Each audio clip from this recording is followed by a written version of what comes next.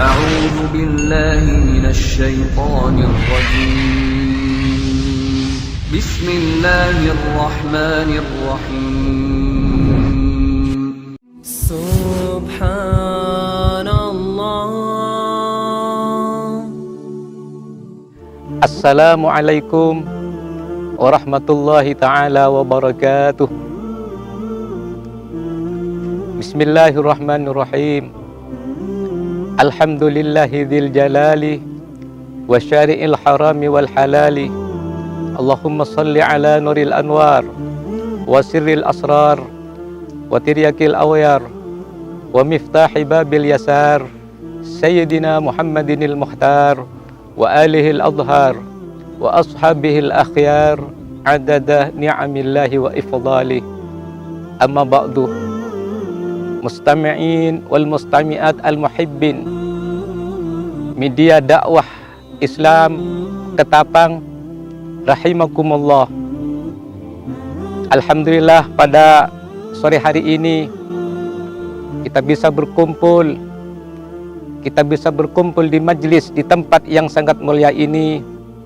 Semoga Allah Subhanahu wa ta'ala senantiasa selalu mendapat ridha-Nya. Amin Allahumma amin. Pemirsa, pencinta media dakwah Islam Ketapang rahimakumullah, perlu diketahui semua manusia punya cita-cita, punya keinginan, punya harapan ingin menjadi manusia yang sukses. Tapi sayang, banyak orang menginginkan, bercita-cita menjadi orang yang sukses, tapi tidak menempati tempat menuju kesuksesan. Seperti apa yang telah dilantunkan oleh ulama syair, tarjun najatah walam tasluk masalikuha, innas safinatah la tajri alal yabisi. Mengharap kesuksesan, mengharap keselamatan, mengharap kebahagiaan, tapi tidak menempati tempat untuk menuju kesuksesan, maka sesungguhnya perahu tidak mungkin bisa berjalan di tanah yang gersang. Satu contoh, orang menginginkan mencari ridhonya Allah Subhanahu wa ta'ala, tapi tidak mengikuti apa yang diperintahkan Allah, tidak menjauhi apa yang dilarang Allah. Begitu pula ingin mencinta, ingin memperoleh syafaat, pertolongan baginda Rasulullah, tapi tidak mengikuti apa yang dianjurkan Rasulullah. Di antaranya membenci para dzurriyyah pada keturunan Rasulullah, tapi mengharapkan syafaat dari Rasulullah, maka Rasulullah tidak mungkin memberi pertolongan bagi orang yang membenci para dzurriyyat pada keturunan Rasulullah sallallahu alaihi wasallam. Kesuksesan di situ bukan kena harta yang melimpah. Kesuksesan bukan kena jabatan yang tinggi. Andaikan harta suatu kesuksesan, tidak mungkin Allah memberi harta, kekayaan kepada musuh-musuhnya. Contoh seperti Qarun laknatullah alaih. Qarun diberi kekayaan oleh Allah, merupakan harta emas, yang mana kekayaan Qarun tidak ada satupun orang yang bisa menandingi kekayaan Qarun semenjak dari Nabi Adam sampai hari kiamat. Tapi harta yang dimiliki Qarun pada akhirnya ditenggelamkan oleh Allah ke dalam perut bumi. Setelah Qarun tidak mensyukuri harta yang diberikan oleh Allah, karena harta itu diwajibkan dikeluarkan zakat, Allah memerintahkan kepada Nabi Musa alaihissalam untuk menyelamatkan Qarun, mengeluarkan zakatnya, tapi Qarun menolaknya. Bahkan Qarun memfitnah Nabi Musa alaihissalam. Qarun memfitnah Nabi Musa untuk mempermalukan Nabi Musa dengan membayar seorang pelacur untuk mempermalukan Nabi Musa. Seorang pelacur untuk dibayar oleh Qarun dengan harta yang mahal, dan disuruh mengaku bahwa pelacur tersebut dihamili oleh Nabi Musa alaihissalam.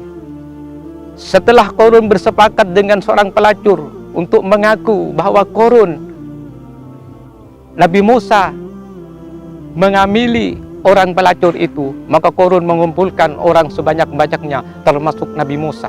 Maka disitulah korun berpidato, wahai para hadirin, hadirat, hukum tidak berlaku kepada siapapun, kata korun laknatullah alaih. Maka bertanya ke Nabi Musa, wahai Nabi Musa, apa hukumannya bagi orang melakukan perzinahan? Maka Nabi Musa dengan tegas menjawab, dengan hukum ranjam, kata Nabi Musa. Sekalipun itu pelaku engkau, wahai Musa, kata korun, iya, sekalipun saya pelakunya, maka wajib hukumnya itu diranjam. Maka seorang pelacur yang dibayar oleh korun untuk mengakui bahwa ia dizinai oleh Nabi Musa, maka seorang pelacur itu berdiri, maka berkata dengan perkataan yang jujur, itu satu keagungan Allah Subhanahu wa taala. Maka seorang pelacur berkata, wahai hadirin hadirat, saya disuruh mengaku bahwa saya dihamili oleh Nabi Musa. Terkejutlah Nabi Musa karena korun itu sudah memfitnah Nabi Musa. Karena Nabi Musa bukan Nabi Muhammad sallallahu alaihi wasallam. Nabi Musa bukan Nabi Muhammad sallallahu alaihi wasallam. Korun mempunyai sifat luar biasa kezalimannya kepada Nabi Musa, sehingga Nabi Musa marah kepada korun laknatullah alaih. Akhirnya korun dibinasakan oleh Allah, harta berserta korunnya ke dalam perut bumi. Maka dari itu kesuksesan itu adalah orang yang diselamatkan oleh Allah dari api neraka dan dijauhkan oleh Allah dari api neraka dan dimasukkan ke dalam surganya Allah Subhanahu wa taala, yang mana Allah berfirman, faman susiha anin nar wa udkhilal jannata faqad faz. Barang siapa yang diselamatkan oleh Allah dari api jahanam dan dimasukkan ke dalam surga, maka itulah orang yang betul-betul sukses. Semoga kita tergolong orang yang sukses. Marilah di bulan Ramadan ini kita raih kesuksesan. Di bulan yang mulia ini, bulan yang penuh berkah, bulan yang penuh ampunan, dan bulan yang bisa membebaskan dari api neraka dengan meningkatkan amal ibadah kita di bulan Ramadan ini, seperti bulan sholat tarawih, seperti baca ayat Al-Quran.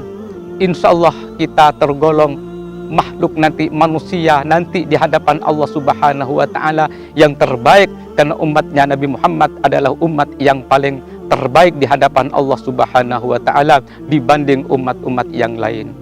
Demikianlah apa yang kami sampaikan, semoga bermanfaat untuk kita semua. Akhiran wallahul muwaffiq ila aqwamit thariq. Wassalamualaikum warahmatullahi taala wabarakatuh.